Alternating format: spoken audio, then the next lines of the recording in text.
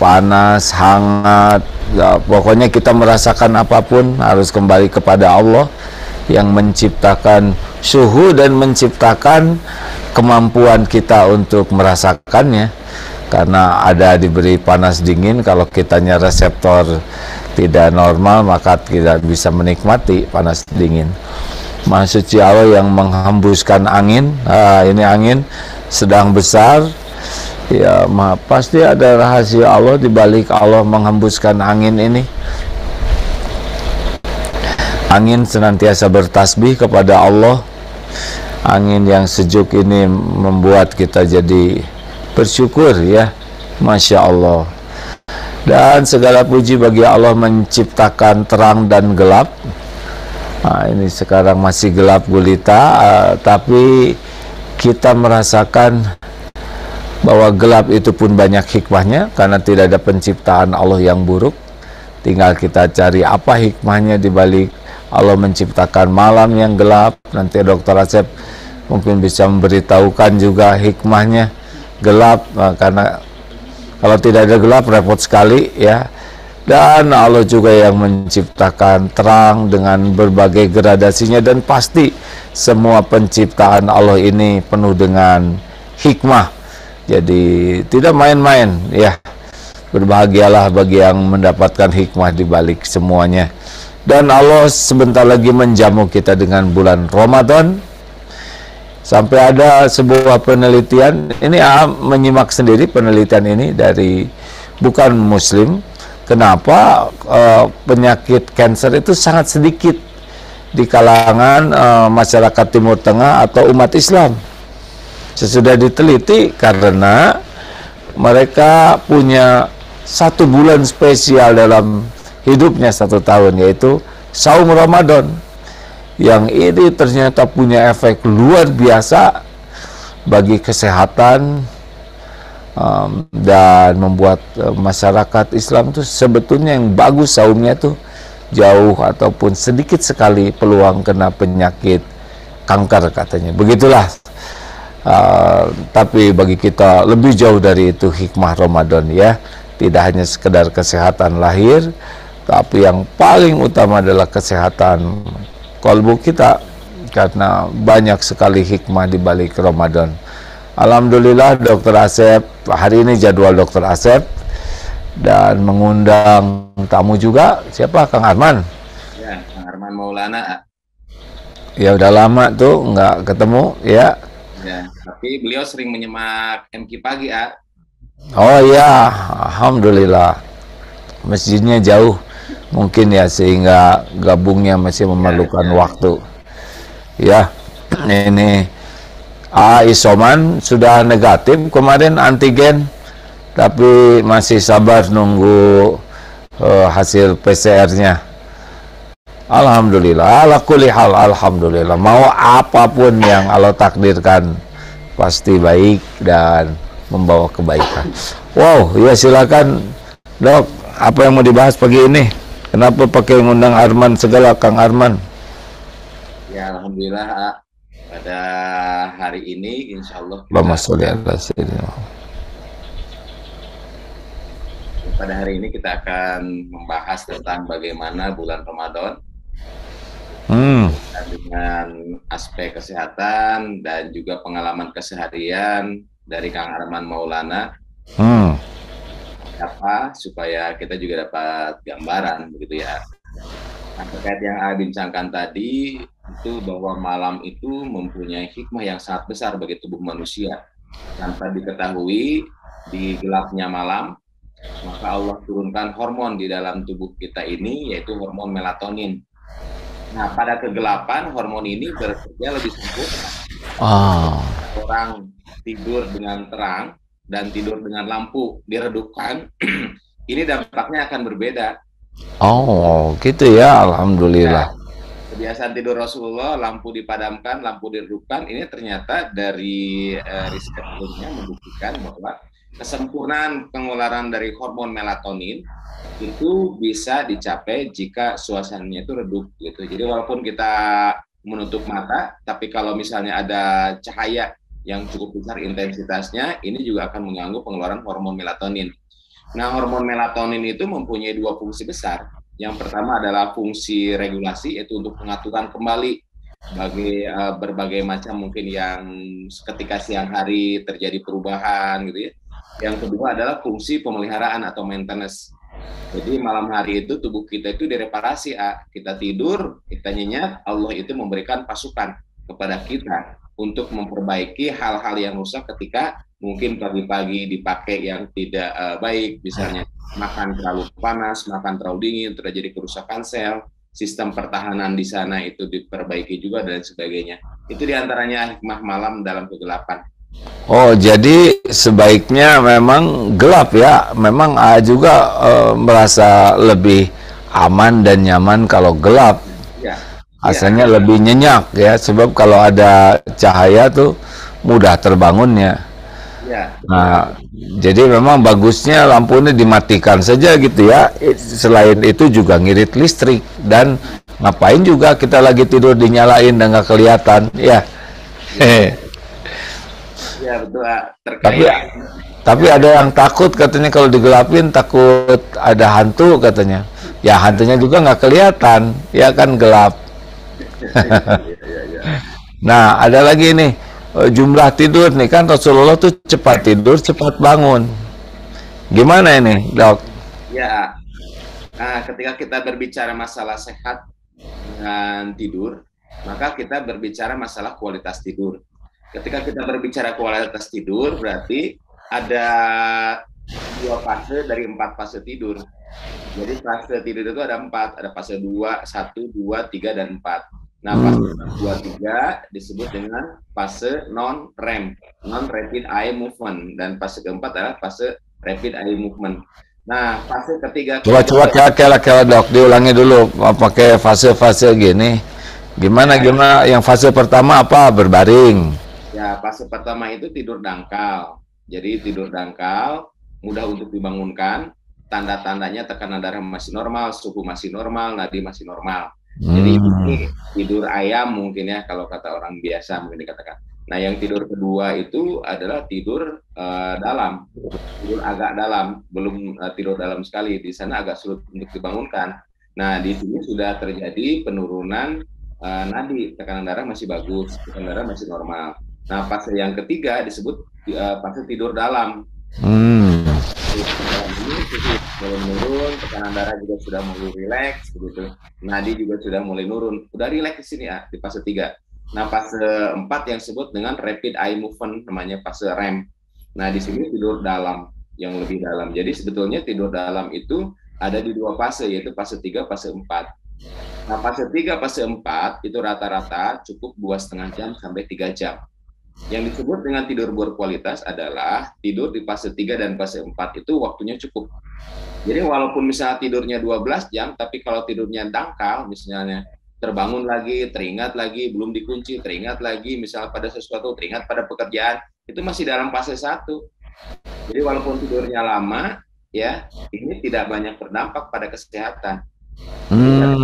Dalam itulah yang 2,5 jam itu Pantas guru-guru AA gitu, guru-guru kita yang ahli ibadah tuh tidurnya tidak banyak ya, tidurnya sedikit, tetapi oleh Allah diberikan kualitas ya, sehingga tidur 3 jam juga kalau betul-betul deep sleep gitu, itu sudah bagus ya, Dok?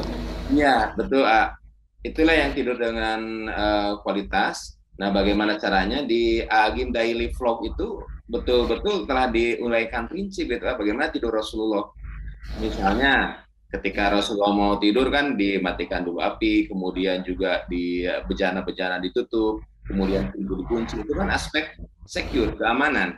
Betapa banyak orang yang terbangun, jangan-jangan itu belum dikunci, jangan-jangan kompor belum dimatiin, jangan-jangan itu belum pada ditutup. Aspek secure itu sangat berpengaruh terhadap bagaimana perpindahan dari tidur dangkal ke fase kedua. Jadi kalau misalnya ini akan lama di fase pertama, fase kedua, tidur dalam itu nanti akan lebih sulit lagi untuk tercapai gitu. Iya. Oh, ini menarik sekali sahabatku sekalian.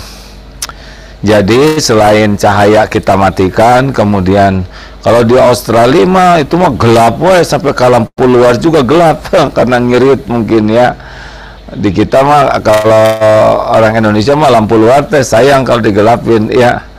Padahal pada tidur tidak kelihatan. Nah, yang lainnya adalah Rasulullah itu kan cepat tidur dan cepat bangun.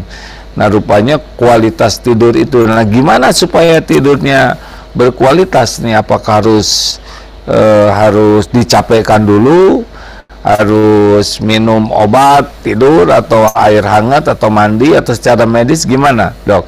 Tadi yang secara syariah ada tuntunan Rasul. Ada lagi yang lain? Ya.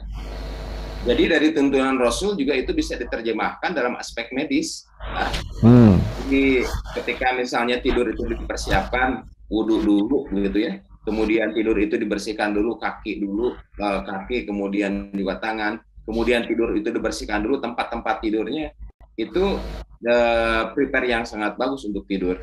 Nah, kalau misalnya dengan hal-hal tersebut ada nggak hal lain? Bisa. Kalau misalnya sahabat-sahabat susah tidur dalam malam harinya, maka exercise mungkin ini yang ditambah supaya ada faktor kelelahan. Nah, yang kedua mungkin yang cukup penting juga di sini adalah faktor ketenangan. Karena bagaimanapun juga kalau orang tidak tenang akan sulit dia untuk bisa tidur nyenyak. Nah, faktor ketenangan ini kan banyak faktor ya. Halo. Nah, terkait usaha-usaha lain yang bisa dilakukan adalah pembiasaan. Jadi ada biological chronos, jadi ada jam biologis di dalam tubuh manusia itu yang bisa diadaptasikan dan bisa disesuaikan dengan apa yang kita inginkan. Ketika kita menginginkan tidur jam 9, maka mau ngantuk, mau enggak, siap untuk tidur dan tidur saja. Nanti dalam 14 hari itu akan tertidur jam 9, akan ngantuk jam 9. Ketika 14 hari kita biasakan bangun jam 2, jam 3 gitu ya. Pertama kali agak sulit. Ketika dibiasakan, lama-kelamaan 14 hari itu nggak dibangunkan, insya Allah akan bangun.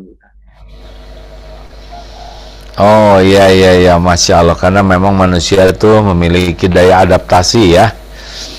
14 hari itu teh ya, rada lama juga. Bisa dipercepat nggak adaptasinya, Dok? Kalau itu rata-rata ya. Nah, ada lagi nih, tidur siang. Nah, ini kan beda tidur siang dengan tidur malam. Sedangkan Rasulullah pun memberikan juga, oh ya, sebelum tidur enak tuh mendengarkan murotal Quran. Selain kita zikir, kemudian dibarengi dengan murotal Quran yang ya sayup-sayup, juz 30 saja. Jadi kita tidur sudah selesai tuh. Gimana tuh efeknya, Dok? Ya, murotal Al-Quran ini risetnya banyak, Ada yang meneliti dibacakan surat Ar-Rahman selama 20 menit menjelang tidur selama 1 bulan, dibuktikan dengan Pittsburgh skala indeks, yaitu yang mengukur skala kualitas tidur, bahwa kualitas tidurnya itu lebih bagus. Ada juga yang meneliti surat apapun yang jelas 20 menit sebelum tidur itu akan meningkatkan kualitas tidur. Nah, range-nya macam-macam. Ada yang 14 hari, ada yang 15 hari, ada 20 hari. Setelah 20 hari itu diukurlah kualitas tidurnya itu ternyata lebih bagus dengan bacaan murotal gitu. Ya rekan-rekan sekalian, tidur itu bagian nikmat yang sangat mahal ya, karena ada temen yang cerita harus beli obat berjuta-juta itu hanya untuk bisa tidur. Itu juga tidak lama lagi tidurnya tuh. Jadi kalau kita dimudahkan oleh Allah tidur tuh udah luar biasa karunia. Dengar juga katanya salah satu bentuk siksaan itu adalah dibuat tidak tidur oleh yang zalim itu ya, karena menjadi sakit-sakit badan itu. Nah, apalagi kalau kita tidurnya itu tidak hanya sekedar tidur, karena ayam juga tidur, mbek tidur, kucing tidur. Kita tidur harus punya nilai ibadah, karena kalau kita tidur tidak punya nilai ibadah, apa bedanya dengan mbek ya? Nah, jadi bagaimana caranya? Diniatkan sebelum tidur tuh, niatnya memang mau menguatkan tubuh, mengistirahatkan tubuh, dan niat untuk bangun malam nanti pada waktu sudah hak bangun. Lalu lelapnya kita tidur dalam keadaan zikir, nah itu sepanjang tidur insya Allah kita dicatatkan zikir. Jadi jangan banyak ingat apa-apa menjelang tidur, apalagi ingat hutang, karena tidak akan kebayar malam-malam ya. Tapi kalau kita ingat Allah, Allah bisa membayarkan tuh besoknya. Nah itu tentang sebelum tidur. Sekarang tidur siang nih dok, gimana penelitiannya?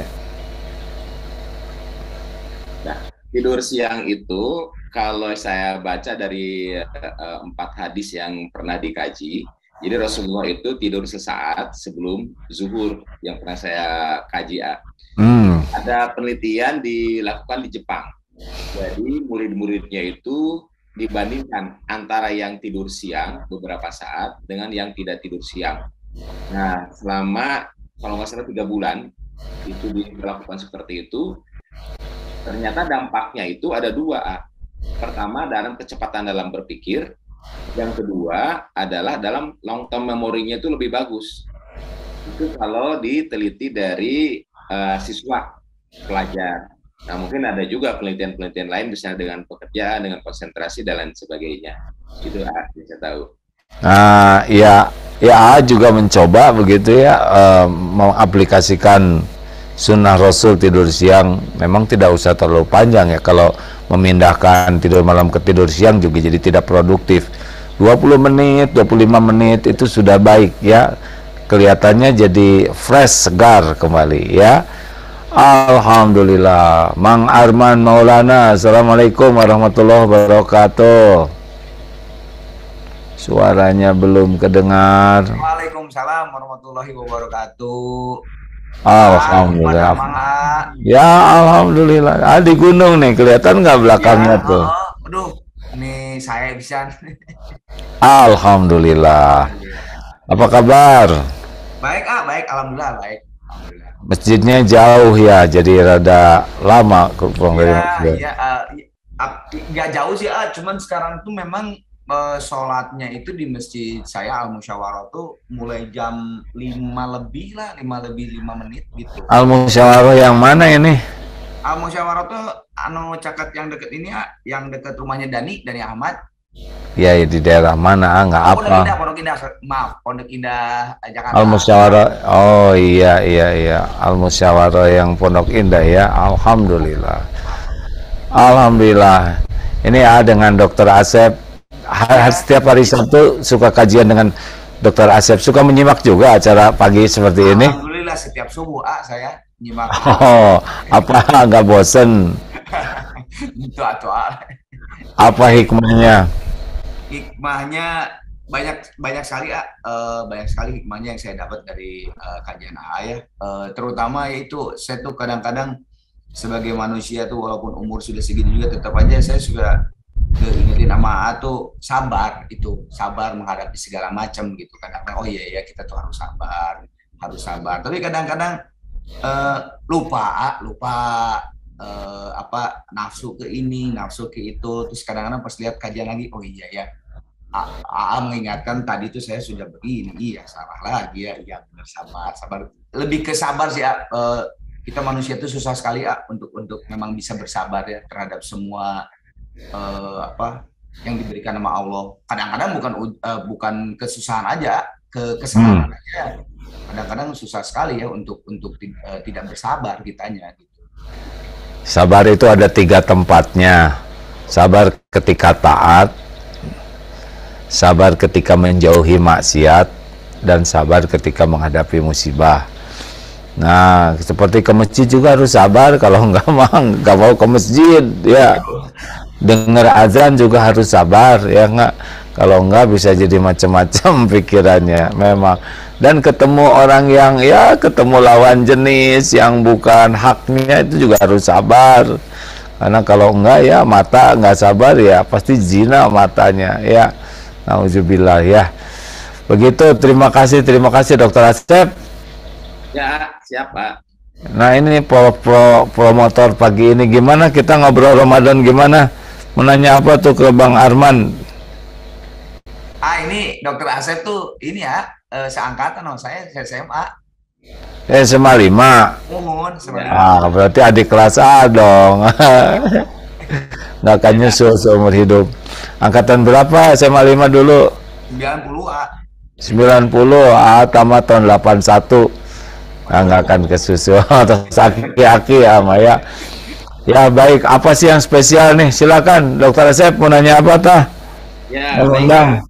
Pada pagi ini kita akan coba pengen melihat gitu ya bagaimana Kang Arman ketika menghadapi saum bulan Ramadan gitu.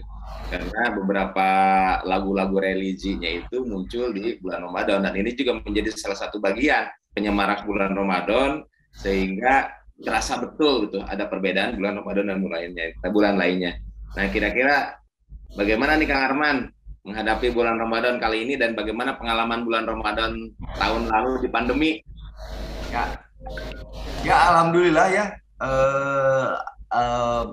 Memang sih waktu bulan Ramadan pas menghadapi pandemi pertama kali semua terasa apa ya? Semua terasa aneh, unik gitu ya, unik kita menjalankan bulan Ramadan tapi biasanya misalnya apa namanya malamnya tarawehan, bahkan sampai sholat idnya aja kita tidak bisa gitu ya. Ya kemarin ya main Zoom semua gitu. Itu pertama sih memang kita struggle ya, maksudnya betul-betul sebuah kejadian yang unik gitu, belum pernah lah terjadi. Ya mungkin kan pandemi ini 100 tahun sekali ya, katanya ya, konon katanya 100 tahun sekali gitu ya. Nah itu terus, tapi setelah itu yang keduanya kita mulai beradaptasi gitu. Nah walaupun memang yang kedua juga sudah mulai 1 tahun kemudian kan mulai masih kene masih gini juga gitu, masih tidak boleh bertemu dengan keluarga gitu. Tapi kayak ya gimana kan keadaan gitu ya.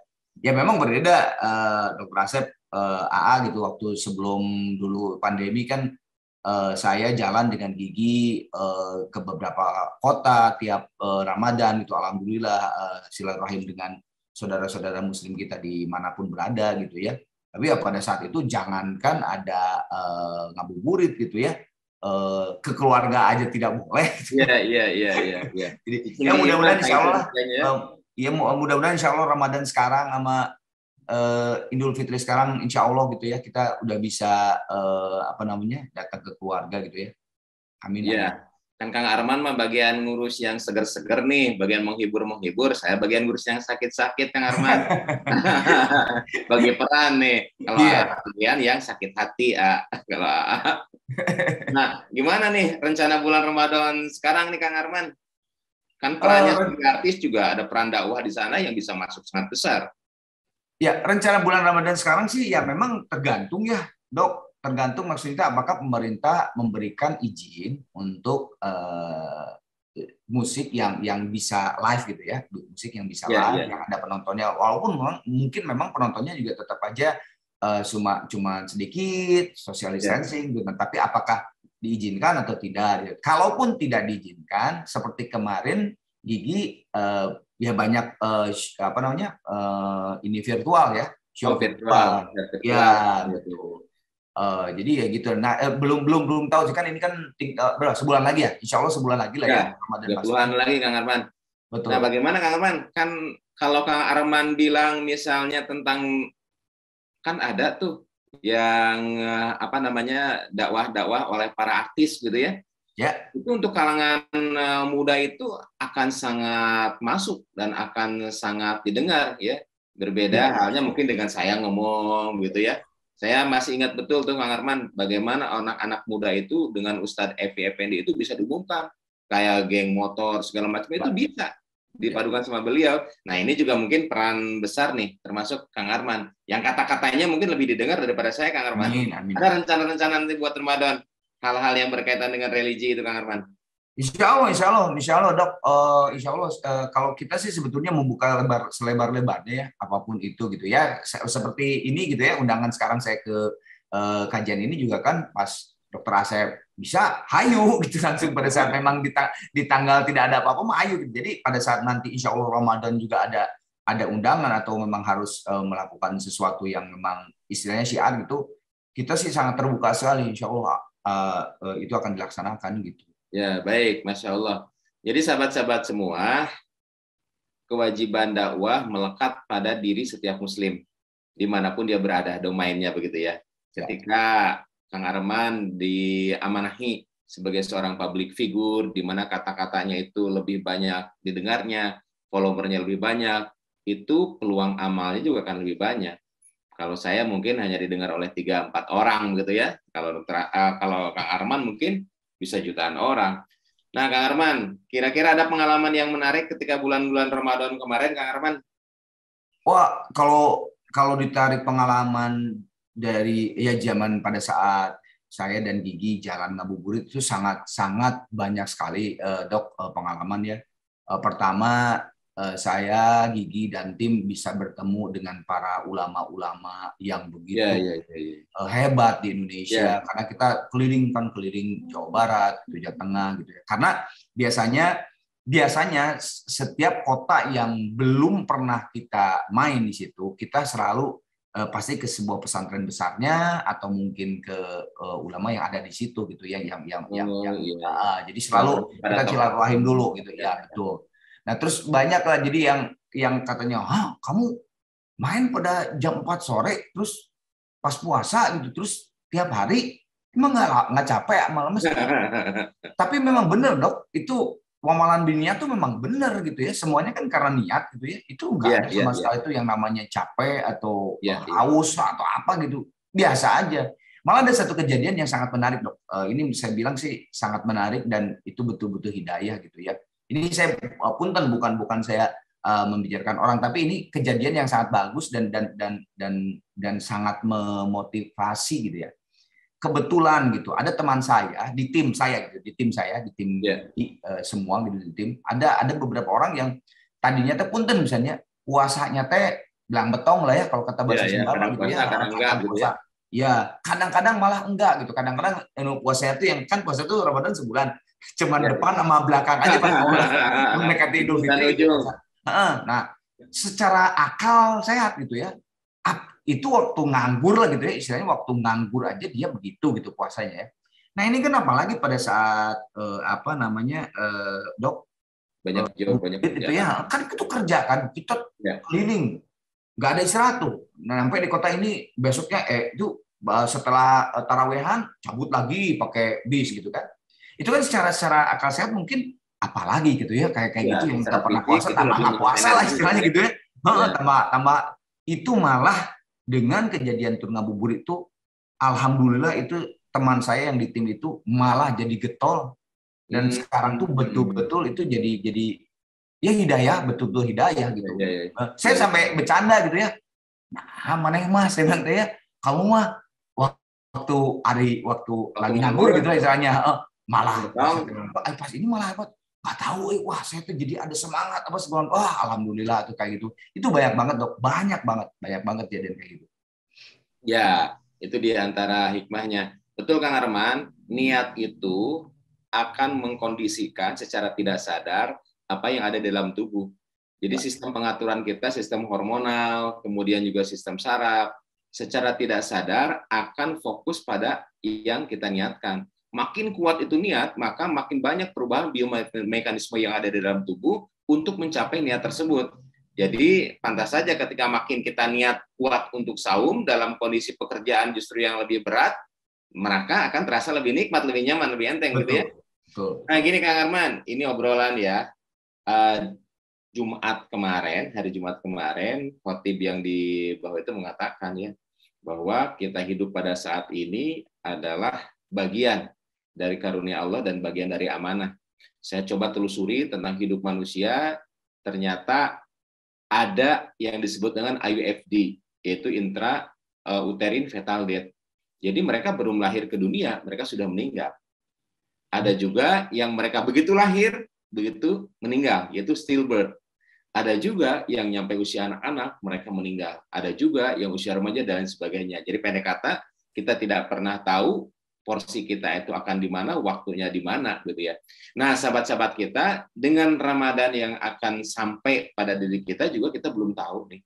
Apakah Ramadan tahun 1443 ini kita nyampe pada bulannya ataukah tidak, kita juga tidak pernah tahu begitu ya.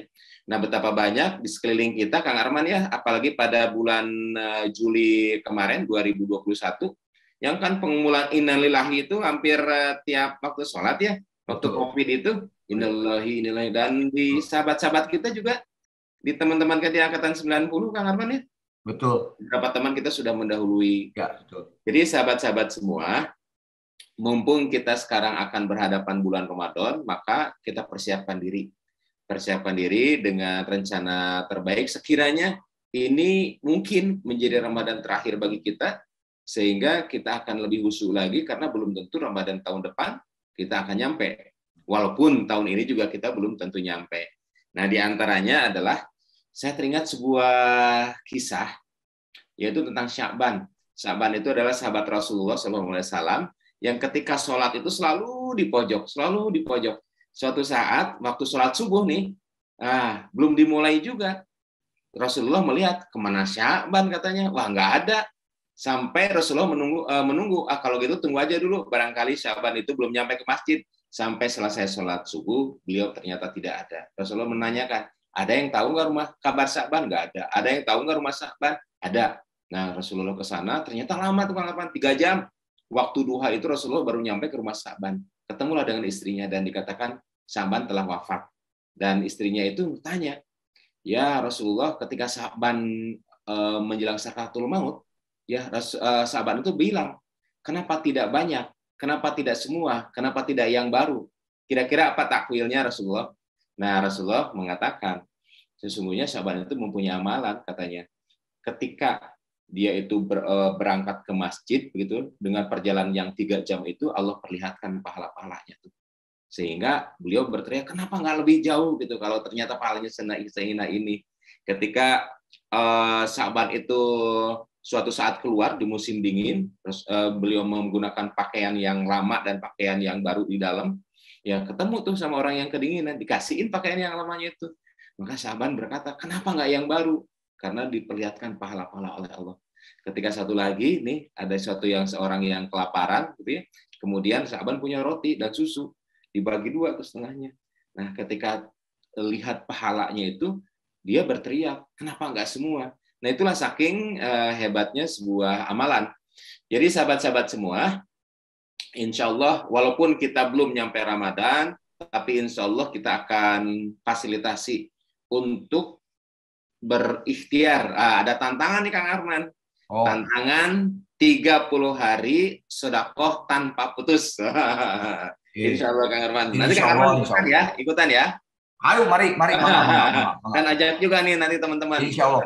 Program 30 hari sedekah tanpa putus. Walau alam kita apakah sampai umur 30 hari atau tidak, yang jelas dengan niat dan sudah dimulainya itu insya Allah catatan Allah itu akan jalan terus. Amin. Begitu mungkin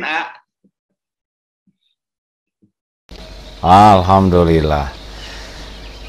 Seru ya. Dan ini ada satu amalan yang mudah-mudahan Ramadan ini, guru-guru AA ini kalau Ramadan itu di antara amalan-amalannya adalah suka berangkat ke masjid-masjid di kampung yang padahal beliau ulama besar terus tidak dikenal, lalu ngegosek WC-nya, membersihkannya, merapihkan sesudah minta izin gitu ya.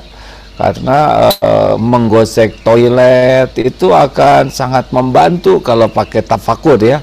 Betapa kotor kerak-kerak dunia ini kalau tidak dibersihkan, jijik, bau, apalagi kerak-kerak dosa kita ya kan. Kita sering bahas bahwa kita dihormati orang karena 2 saja. Satu, Allah memberikan casing, dan yang kedua karena Allah menutupi aib, dosa, kejelekan kita. Ini bagus juga nih di bulan Ramadan ini, intensitas ke masjid kita bukan semata hanya ibadah ya, tapi mulai aktif untuk ngebersihkan karpet, ngegosek toiletnya, dan nyata kita lakukan gitu ya. Ya, saya belum nyoba, Insya Allah, mudah-mudahan Oh, nyoba. coba itu. Tapi ya usahakan kita tidak dikenal dan tidak diposting ya. Kalau dikenal dan diposting, rada-rada khawatir bisa nambah kotor nanti hati Arman karena Maulana gosek WC katanya. ada ya. Dokter Asep katanya gosek WC. Oh, nggak ini ya. Tidak ikhlas. Ya itu bahayanya nanti WC-nya jadi bersih, kitanya makin kotor.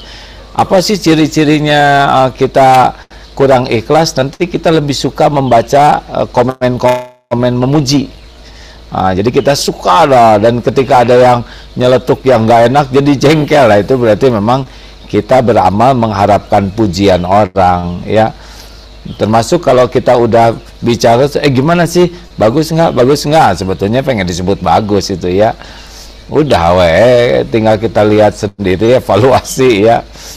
Nah itu salah satu yang mungkin kita masyarakatkan bersama, yaitu ke masjidnya itu bukan hanya untuk sholat saja, bukan hanya untuk itikaf, tapi ada gitu yang kita lakukan spesial untuk masjid dan jaga keikhlasannya.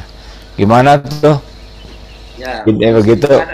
ada Ketua Dewan Masjid Indonesia, ada Pak Dr. Ugin, kalau nggak salah tadi ada lihat di sini.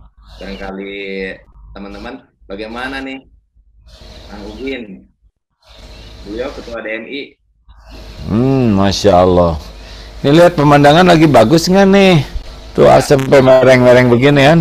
Ya, Kang Arman aja ke sini ya. Iya, aduh. Ayo ke sini. Ini sekarang isoman di sini nih. Oh dok, lapor. Kemarin antigen negatif. Ya tuh lagi isoman ini ya. Tapi ya seger-seger gini, nggak ada kendala. Tapi ketika di PCR antigen dulu, langsung colok jadi 5 kali kemarin coloknya ya. Antigennya sudah bagus, tapi PCR-nya CT-nya 32, Mbak Siti-nya. Ya, masih ada itu ya, masih positif ya? Ya, sudah naik. Artinya memang mungkin itu hanya fragmen-fragmen virusnya saja, sisa-sisanya ya, Pak.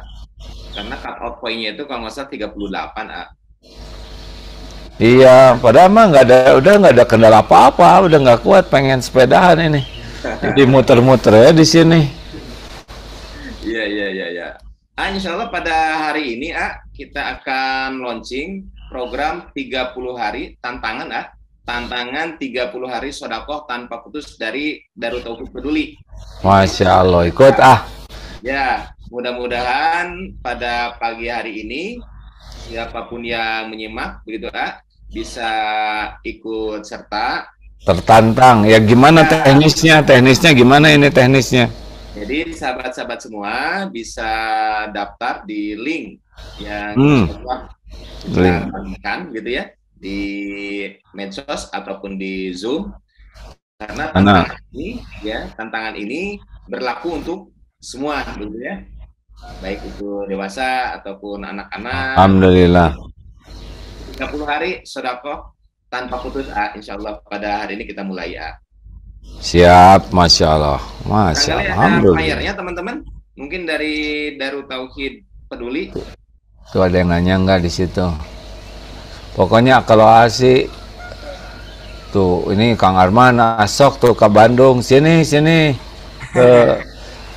ke Eko Pesantren 2 di sini nikmat sekali alamnya tuh, Masya Allah.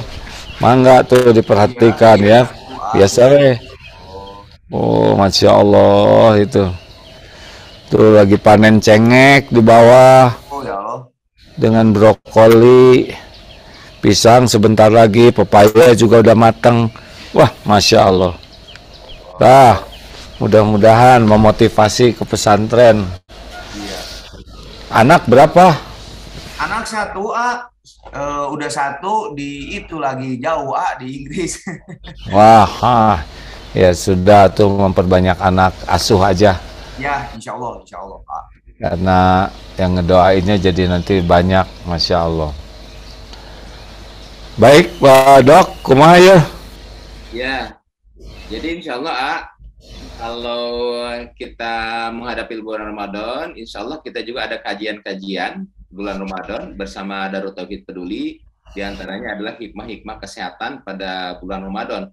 Kemudian juga perjalanan-perjalanan religi bulan Ramadan, termasuk juga mudah-mudahan nanti Kang Arman juga bisa ikut serta lagi ya, Kang Arman ya. Insya Allah. Bersamai, alhamdulillah.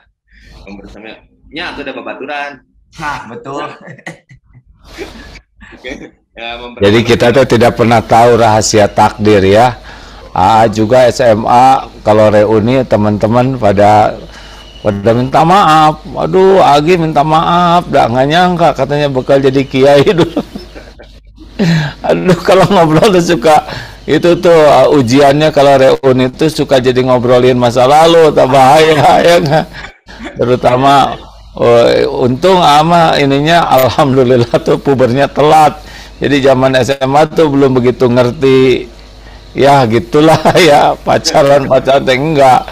Telat, jadi aman, nggak ada kasus waktu SMA ya. Ya, di sini juga hadir teman-teman ukhuwah 5, ada Kang Hikmat, ada apa namanya? Teman-teman dari SMA 5. Masya Allah. Ini sedikit aja info karena ini banyak juga dari teman-teman Australia yang ikut. Jadi insya Allah AA program Ramadan ini di Australia, di Perth, di Masjid Darut Tauhid di Australia. Kan alhamdulillah Allah menitipkan masjid di sana, ada rumah ibadah yang lain yang dijual lalu kita beli dengan izin Allah dengan oleh jamaah syariatnya, lalu sekarang jadi masjid namanya Masjid Al-Latif di Langford di Perth. Nah rencananya AA akan belajar khidmat di sana 1 bulan nih. Dokter Asep, pilih Pak Arman mau nyobain nanti itikaf di sana, itu masjid, alhamdulillah. Karena udah luas ya, nambah lagi ke belakangnya. Nambah ke belakang, alhamdulillah, alhamdulillah. Oh iya, jadi inget nyarios masjid waktu kemarin yang diundang Zoom yang mau pengumpulan dana untuk masjid di London, ingat Iya. Saya lagi di sana Oh, lagi nengok anak. Lagi nengok, dan saya kebetulan bukan lagi di rumahnya Pak Dubes, Kang Desra. Jadi saya pas sampai, baru selesai sama Kang Desra teh. Oh, alhamdulillah. Iya ya, itu senang sekali kalau bisa membangun masjid di tempat orang yang sangat membutuhkan masjid itu. Beda rasanya ya. Ini ada pertanyaan, bagaimana caranya Kang Arman mengatasi godaan wanita cantik di sekitar seleb? Bukankah godaan terberat lelaki itu adalah wanita? Wah, ini sama dengan Dokter Asep nih, banyak. Gimana tah? Ya, alhamdulillah ya, maksudnya saya nggak tahu ya, memang nggak tahu, mungkin saya dididik oleh orang tua saya gitu ya, dari saya menjadi seperti sekarang itu, bahwa di saat mengerjakan sesuatu itu memang harus konsentrasi dan fokus dan betul-betul fokus gitu. Jadi memang saya betul bertemu dengan banyak orang, tidak hanya wanita ya, lelaki, wanita dari berbagai kalangan gitu. Tapi memang saya tuh pada saat sudah kerja gitu ya di panggung, ya udah saya betul-betul kerja. Setelah itu turun panggung, kalau di luar kota masuk hotel, ke hotel terus masuk kamar, udah selesai gitu. Jadi alhamdulillah lah, dalam perjalanan karir ini yang namanya godaan-godaan kayak begitu tuh sama Allah tuh dilindungi gitu ya, istilahnya. Tidak ada kejadian-kejadian yang ini gitu, yang mana sebagainya. Iya, tidak ada kabar-kabar miring teman saya ini ya, soleh insya Allah. Ya, ini kata-kata hikmat latif. Kang Ahmad waktu reuni juga tetap ingat ke istri, masya Allah, tuh ingat ke siapa lagi. Hikmat itu sekelas Alhamdulillah. Ya, hati-hati we, ada ujian ya, dikenal orang, populer. Kalau boleh milih, kalau sekarang boleh milih pengen nggak populer ya, tapi udah takdirnya begini, jadi tinggal menggunakan takdir popularitas ini untuk membawa kebaikan. Jadi jangan sampai orang jadi meniru keburukan pada diri kita. Nauzubillah min dzalik ya. Ini katanya ya soalnya diteleponin terus katanya. Jadi ingat ada pengawasan. Dewi. Lanjut. Baik, terima kasih kawan-kawan. Oh, ada guru SMA 5 yang hadir katanya. Ini jadi punten ini, maaf nih jamaah sekalian. Jadi reuni ya. Jadi reuni gini, maaf ini karena banyak dari SMA lain, dan itu mah takdir ya. Jadi kalau ini cerita ini memang episodenya begini. Jadi rekan-rekan sekalian, jadi kita bagaimana cara memaksimalkan Ramadan ini? Ingat aja, Ramadan ini belum tentu ketemu dengan Ramadan yang akan datang. Itu kuncinya ya. Seperti kalau umroh, belum tentu akan ada umroh lagi. Nah sama di dalam Ramadan juga, belum tentu tamat Ramadan kita ini. Berapa banyak yang meninggal sebelum Idul Fitri, berapa banyak yang meninggal di pertengahan. Nah ingat, meninggal dan belum tentu ada, ini membuat kita menjaga kualitas ya, hari demi hari, waktu demi waktu tuh. Jangan sampai kehilangan kualitas ya. Kalau tadi Bang Arman ini di dalam melakukan pekerjaan harus profesional, apalagi dalam mengabdi kepada Allah ya kan, karena Allah yang memiliki, menguasai dan menentukan segala-galanya. Jadi mari kita sambut Ramadan ini dengan penuh sukacita, dengan penuh persiapan ilmu yang baik, karena tanpa ilmu kita tidak bisa melakukan apa-apa ya. Semua pertolongan Allah itu gerbangnya ilmu, dan kita buat program, persiapkan dari sekarang sehingga ketika Ramadan itu ya, kalau kita dengar Uni Soviet tuh berbulan-bulan mau menyerang Ukraina itu ya, segala dipersiapkan. Nah kita Ramadan ini sesuatu sekali yang bisa mengubah hidup dunia dan akhirat kita. Terima kasih sahabatku sekalian. Kang Asep, kalau sampai jam 6 ini kita harus berakhir nih. Kang Arman nggak apa-apa nih, mungkin ada pesan-pesan terakhir sebelum Bang Arman meninggalkan acara yang fana ini.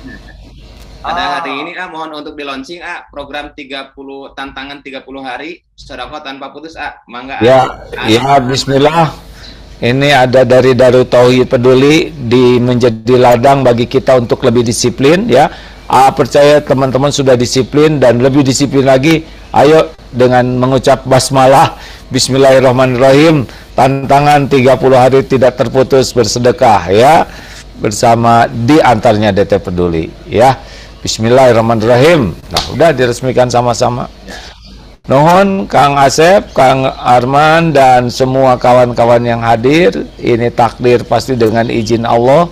Semoga membawa kebaikan bagi sisa umur kita ini ya. Kita tutup dengan doa akhir majlis.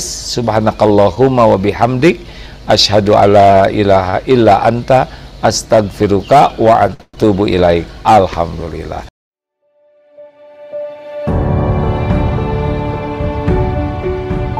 Saudaraku sekalian, ini adalah kawasan Eko Pesantren 2 di daerah Parompong. Masya Allah, luasnya 4,6 hektar, dan di sini akan segera dibangun masjid dan pesantren.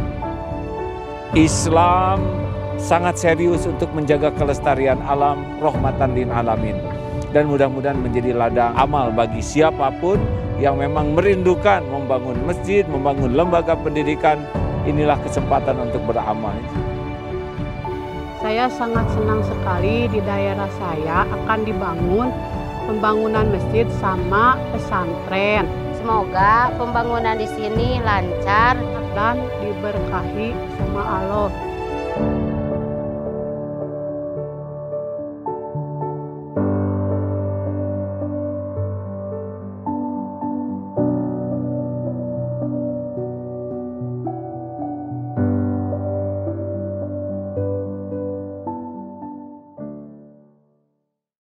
Ketua Yayasan Indonesia Mengaji menyampaikan 65% dari jumlah penduduk Indonesia beragama Islam tidak bisa membaca Al-Quran. Assalamualaikum warahmatullahi wabarakatuh. Data lewat Republika, 147,5 juta umat Islam di Indonesia belum bisa membaca Al-Quran atau buta huruf Quran. Departemen Agama mencanangkan minimal 5 juta mushaf diperlukan di Indonesia ini setiap 1 tahun. Dan DT Peduli sebagai tahap awal mencetak 20.000 mushaf untuk diwakafkan kepada masyarakat di pelosok negeri, karena banyak masjid yang sudah rusak Qur'annya atau tidak punya Qur'an, dan ini ladang amal bagi kita semua.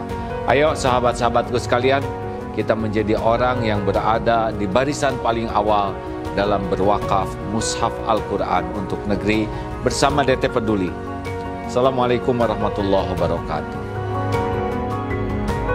Berwakaf Al-Quran ke pelosok negeri plus pelatihan membaca Al-Quran. Wakaf Al-Quran plus raih pahala mengalir abadi.